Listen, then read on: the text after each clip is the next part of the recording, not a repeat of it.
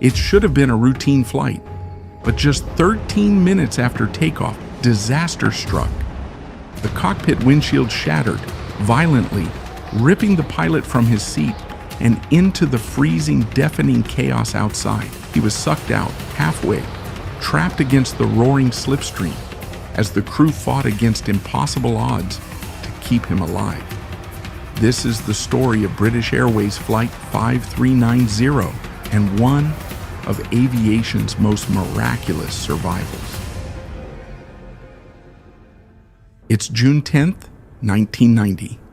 British Airways Flight 5390, a BA C-111 aircraft, is preparing for departure from Birmingham, England. Destination: Malaga, Spain, a popular holiday route. In the cockpit, Captain Timothy Lancaster, 42 years old, is seated alongside First Officer Alistair Aitchison, 39. Both are experienced aviators with thousands of hours of flying time. They have flown this route many times before. To them, today is just another ordinary flight. 81 passengers take their seats. The flight attendants complete final checks. At 8:20 a.m., the aircraft takes off smoothly from Birmingham Airport. The skies ahead are clear. No one aboard has any reason to suspect that disaster is just minutes away. The aircraft climbs smoothly, reaching 23,000 feet. The autopilot is engaged. Captain Lancaster loosens his grip on the controls, relaxing as Aitchison checks flight instruments. Then, without warning, a deafening bang shatters the cockpit's silence. The cockpit windshield, one of the most crucial structural components of the aircraft, has detached entirely, ripped away by the violent decompression. The force is immediate. It's unlike anything the crew has ever experienced. In a fraction of a second, Captain Timothy Lancaster is sucked out of the cockpit. The vacuum pulls him with such force that his body is hurled forward at an unimaginable speed toward the open sky. But then, something incredible happens. Instead of being completely ejected, his legs catch onto the flight controls, stopping him from being swallowed entirely by the atmosphere. His upper body is dangling outside, exposed to hurricane-force winds and freezing temperatures. The slipstream slams him against the fuselage like a rag doll. Inside the cockpit, chaos erupts. The decompression is so violent that loose papers, equipment, even a cockpit checklist are ripped from the walls, disappearing into the void. The air pressure plummets in an instant. Oxygen masks drop, passengers panic.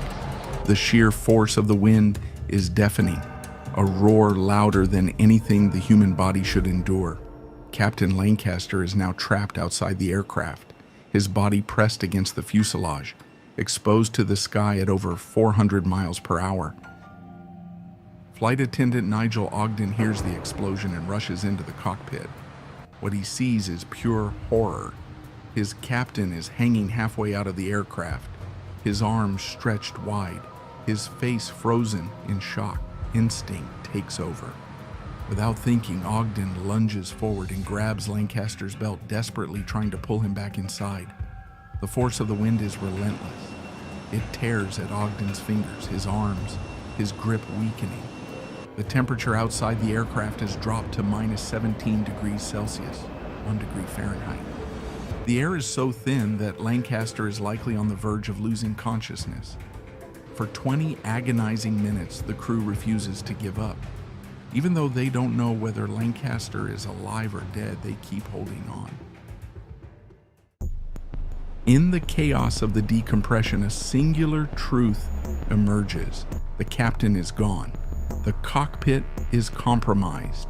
The aircraft is plummeting through the sky, and the only person left to save the flight is First Officer Alistair Aitchison. Aitchison has just seconds to process what's happening. The windshield is gone. The deafening wind is rushing through the open cockpit, making communication nearly impossible. Alarms are blaring. Loose debris swirls around him like a storm inside the aircraft. But his mind is locked on one thing. stabilizing the plane before it's too late.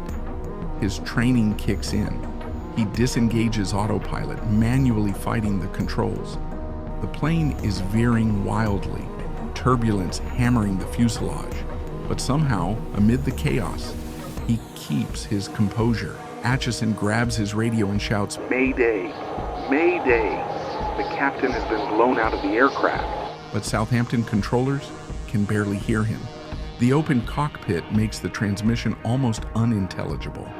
No one on the ground fully understands what's happening in that cockpit. And up in the air, Acheson doesn't have time to explain. And then, Acheson faces another gut-wrenching realization. Lancaster is still outside. His crew is holding on to his lifeless body, gripping so tightly that their fingers are turning purple. They don't know if Lancaster is dead or alive, but after everything, they refuse to let go. Now Acheson has an impossible task, landing a plane that is literally missing part of its cockpit, with freezing air rushing in at hundreds of miles per hour and a captain dangling outside at 23,000 feet. He reroutes the aircraft toward Southampton Airport, the closest available runway. But there's another terrifying problem. He's flying too fast to land safely. Acheson makes a crucial decision.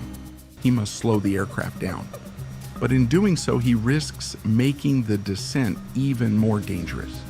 If the plane loses too much speed, he could stall, sending Flight 5390 into a catastrophic dive. Every second counts. The crew can feel the shift as the plane tilts slightly forward. Oxygen deprivation, cold temperatures, sheer exhaustion. Every single person on board is fighting for survival. For the flight attendants gripping Lancaster's body, the minutes stretch into eternity.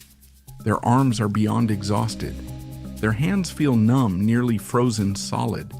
But they keep holding on because letting go means watching their captain disappear into the sky. Finally, the runway comes into view. But the danger isn't over yet.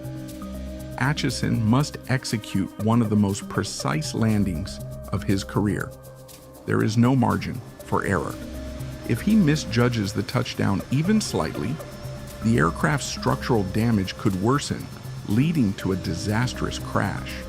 And then, against every odd, Acheson does it. Flight 5390 touches down safely. The plane skids forward, slowing rapidly. The crew braces for impact, but it never comes. They've made it. Somehow, despite everything, Acheson has saved the lives of everyone on board. But now, one final question remains. Is Captain Lancaster still alive?